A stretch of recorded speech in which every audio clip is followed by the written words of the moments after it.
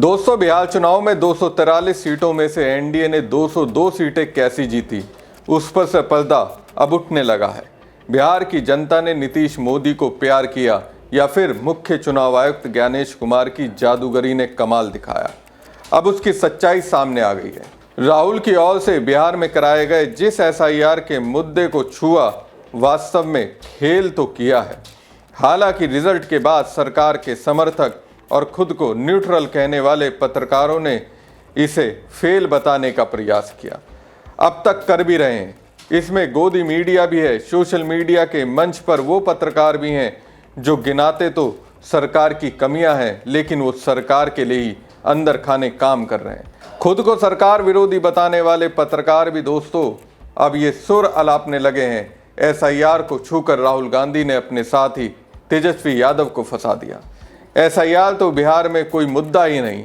मुद्दा तो दोस्तों एसआईआर है, ये कह सकते हैं। इसे भरपूर कोशिश करने के बाद भी राहुल और उनकी टीम को रोक नहीं पाए। नमस्कार दोस्तों, मैं हूं परवीन सानी।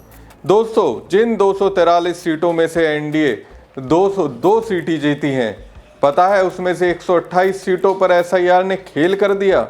अगर ज्ञानेश कुमार के एसआईआर का आशीर्वाद नहीं होता तो आज परिणाम कुछ और ही होता, और आज आप ना तो राहुल गांधी की कांग्रेस और ना ही लालू यादव की आरजेडी और उनके परिवार में विवाद देखते, और ना ही प्रधानमंत्री नरेंद्र मोदी चुनावी सभाओं और चुनावी परिणाम आने के बाद ये कहते कि कांग्रेस में फिर से विभाजन होगा और लालू परिवार में विवाद बढ़ेगा। मोदी जी को इतना कॉन्फिडेंस देने वाले दोस्तों चुनाव आयोग और उसके मुखिया ज्ञानेश कुमार ही हैं। दोस्तों, एनडीए ने 243 सदस्य वाली विधानसभा में से 202 सीटें हासिल करते हुए 3/4 बहुमत से जीत हासिल की।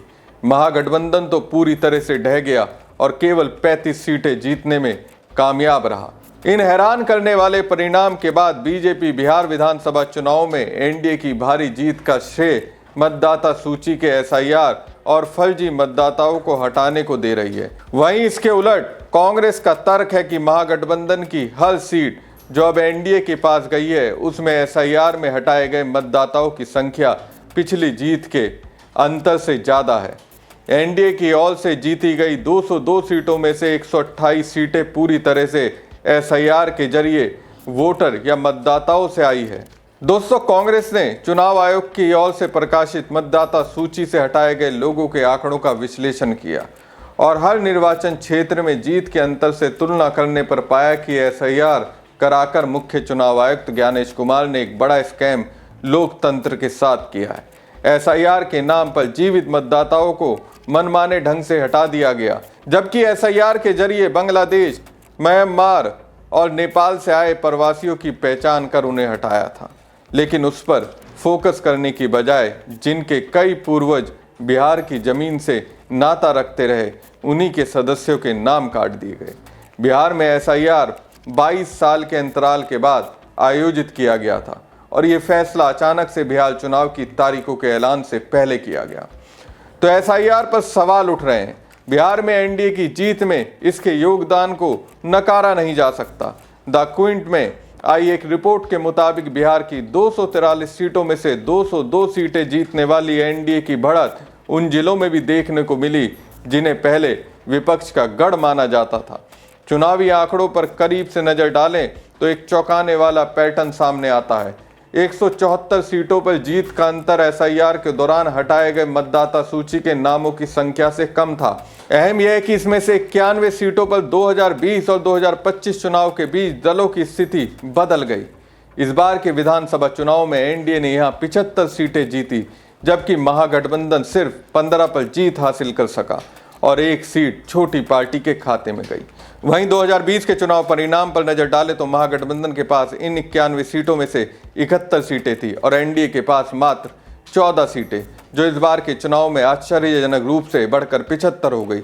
इसे दोस्तों कुछ सीटों के उदाहरण से समझा जा सकता है। मुजफ्फरपुर में कुरहानी विधानसभा सीट पर बीजेपी की जीत।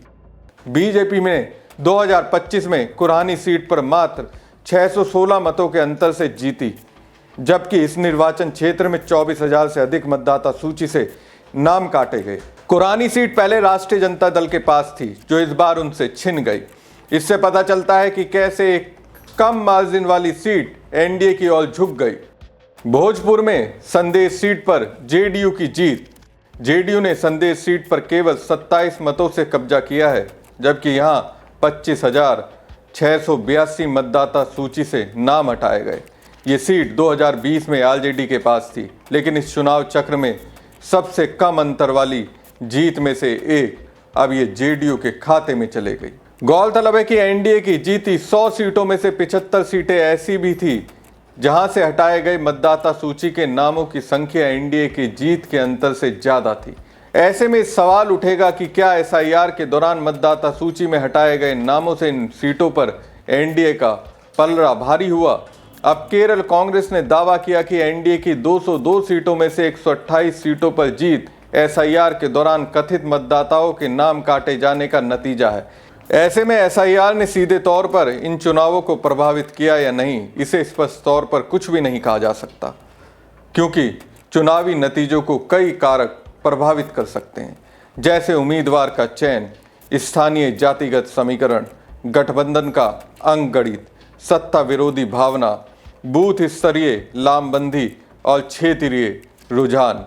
लेकिन महागठबंधन की हार में एसआईआर के फैक्टर को नकारा नहीं जा सकता। इसके अलावा डेटा सेट आधिकारिक रूप से प्रकाशित हटाए गए नामों को ही दर्शाता है। इससे स्पष्ट नहीं होता कि ये हटाए गए मतदाता 2020 में मतदान करने आए थे या ये डुप्लीकेट प्रविष्टियां थी या वास्तव में इनका निवास स्थान बदल गया। लेकिन कांग्रेस की सीधी सी बात है, एनडीए ने जो 202 सीटें जीती हैं उसमें से 128 एसआईआर की वजह से जीती है। हमारी खबर आपको कैसी लगी कमेंट बॉक्स में कमेंट करके जरूर बताएं। साथ ही पेज को ज्यादा से ज्यादा लाइक और शेयर कीजिएगा। धन्यवाद। 2 शब्द राहुल गांधी पे कहना चाहती हूं, लेकिन अगर आप उन लोगों में से हैं जिनको लगता है कि बिहार में पूरी तरह से निष्पक्ष चुनाव हुआ है, स्वतंत्र चुनाव हुआ है, पूरा ट्रांसपेरेंट और इंडिपेंडेंट प्रोसेस रहा है, तो आप ये वीडियो बिल्कुल मत देखिए, क्योंकि ये वीडियो आपके लिए नहीं है। लेकिन अगर आप उन लोगों में से हैं जिनके अंदर ये समझदारी है, जिनको समझ में आ रहा है, जो देख रहे हैं और ये मानने को तैयार नहीं है कि 90% से ज्यादा स्ट्राइक रेट बीजेपी और उनके घटक दलों का नहीं हो सकता है, तो इस वीडियो को अवश्य सुनिए। अगर आपके मन में भी यह सवाल आता है कि इतने पलायन, इतनी बेरोजगारी, महंगाई और इतनी कानून व्यवस्था के ध्वस्त होने के बाद 90% स्ट्राइक रेट आना असंभव है, तो यह वीडियो असल में आपके लिए ही है। क्योंकि बिहार में जो चुनावी प्रणाली की धज्जियां उड़ाई गई है वो सारे देश के सामने है। जो संविधान में निहित एक व्यक्ति एक वोट की धज्जियां उड़ाई गई है वो भी सारे देश के सामने है। बिहार में जिस तरह से बीजेपी के पदाधिकारियों ने, नेताओं ने, कार्यकर्ताओं ने एक से ज्यादा जगह वोट डाले, उसके सबूत सोशल मीडिया पर हर जगह है। ये तो कुछ सबूत सामने आ गए, कितने ही और लोगों ने ये किया है अभी हमें नहीं पता है। और इसीलिए अगर आपके मन में भी यह सवाल उठता है कि 62 लाख वोट काटे गए और फिर 20 लाख जोड़ दिए गए, जिसमें से 5 लाख वो वोट थे जिन्होंने फॉर्म ही नहीं भरे थे, और आप एसआईआर पर सवाल उठाते हैं, तो आप सही सवाल उठा रहे हैं। अगर आपके मन में भी यह सवाल उठता है कि 6 अक्टूबर को इलेक्शन अनाउंस करते हुए ज्ञानेश कुमार जी 7 करोड़ 42 लाख वोटर की बात करते हैं, जो जादू से 11 नवंबर को 7 करोड़ 45 लाख हो जाता है, और अगर आपके मन में सवाल आता है कि 3 लाख कैसे बढ़ गए, तो सही सवाल आ रहा है। अगर आपके मन में सवाल आता है कि जेडीयू और बीजेपी कि सरकार ने चुनाव के दौरान 10,000 रुपए खाते में डाले और चुनाव आयोग मूक दर्शक बना रहा और ये वोट के लिए कैश या जिसको रिश्वत कहते हैं दी जाती रही, तो बिल्कुल सही सवाल आपके मन में आ रहा है। अगर आपके मन में यह सवाल आता है कि कैसे चुनाव के बीचों बीच हरियाणा के करनाल से एक ट्रेन उन लोगों से भर के आती है जो बीजेपी का पटका पहने हुए हैं, वो बिहार में आकर वोट डालते हैं, तो आपके मन में बिल्कुल सही सवाल आ रहे हैं। और इन सब चीजों का इल्म, इन सब चीजों का पता, इन सब चीजों की अवेयरनेस हमें कहां से आ रही है? क्योंकि राहुल गांधी ने आरोप नहीं सबूतों के साथ वोट चोरी का कच्चा चिट्ठा इस देश के सामने खोलकर रख दिया है। राहुल गांधी ने सबूतों के साथ नरेंद्र मोदी और चुनाव आयोग की मिलीभगत को उजागर किया है। राहुल गांधी की बदौलत आज इस देश को फर्जी वोटर, फेक पते, कैसे एक एक घर पे 500-500, 800 लोग रजिस्टर हो जाते हैं, कैसे नकली फोटो इस्तेमाल होती है जिसमें ब्राजील की मॉडल तक शामिल है, ये लोगों के पास और खबर सामने आई है। ये राहुल गांधी की बदौलत है कि एक्चुअली इतने खुलासों के बाद मेन स्ट्रीम मीडिया और डिजिटल मीडिया के साथ ही जो फील्ड पर गए उन्होंने और उदाहरण लाके सामने रखे। ये राहुल गांधी की बदौलत है कि अगर एक व्यक्ति एक जगह से ज्यादा वोट करता हुआ पाया गया तो उसके फोटो, उसके वीडियो लोगों ने साझा किए सोशल मीडिया पे। ये उनकी बदौलत है कि लोगों को लगा वोट चोरी हो रही है और अगर किसी बूथ पर अनियमितता हो रही है तो उसको बढ़ चढ़ कर बोला गया। तो राहुल गांधी पर एकदम से आक्रामक कौन है, हमलावर कौन है? राहुल गांधी को इस हार का दोषी कौन ठहरा रहा है? महागठबंधन के खराब प्रदर्शन का ठीकरा कौन उनके सिर पर फोड़ रहा है? हो सकता है अनभिज्ञता में आप कर रहे हो, लेकिन असल में यह बहुत सोची समझी सुनियोजित साजिश है बीजेपी की, आरएसएस की और उनके पालतू मीडिया की। और यह साजिश इसलिए रची गई है जिससे राहुल गांधी जी का वोट चोरी का जो खुलासा है वो फीका पड़ जाए, जिससे कि इस देश की नरेंद्र मोदी के खिलाफ जो सबसे सशक्त आवाज है, जो किसी कीमत पर समझौता नहीं करती है, वो आवाज दब जाए। महागठबंधन की हार का दोषी राहुल गांधी को ठहराना अकेले कहीं ना कहीं एक मकसद है इसका, और वो मकसद है राहुल गांधी की आवाज को दबाना, उनको डिस्क्रेडिट करना, विपक्ष के कैंप में संशय पैदा करना, विपक्ष के कैंप में अविश्वास पैदा करना। लेकिन ऐसा होएगा नहीं, और ऐसा इसलिए नहीं होगा क्योंकि बीजेपी ने वोट चोरी को इंस्टीट्यूशनलाइज कर दिया है। और आज बीजेपी की इस वोट चोरी का जो बिहार में जीता जागता उदाहरण है वो सबके सामने है। किस तरह से खुला खेल फर्रुखाबादी हुआ है वो सब लोग समझ रहे हैं।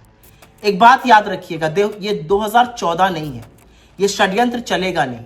राहुल गांधी ने इस देश के सामने सबूतों के साथ सच रखा है, और वो सच है नरेंद्र मोदी और चुनाव आयोग की मिलीभगत से होती वोट चोरी का। और एक बात और याद रखिएगा, बीजेपी जो मन आए कर ले, जितना मन आए झूठ परोस ले, भांडा जरूर फूटेगा, क्योंकि सच और सूरज की एक ताकत होती है, वो निकलते जरूर है।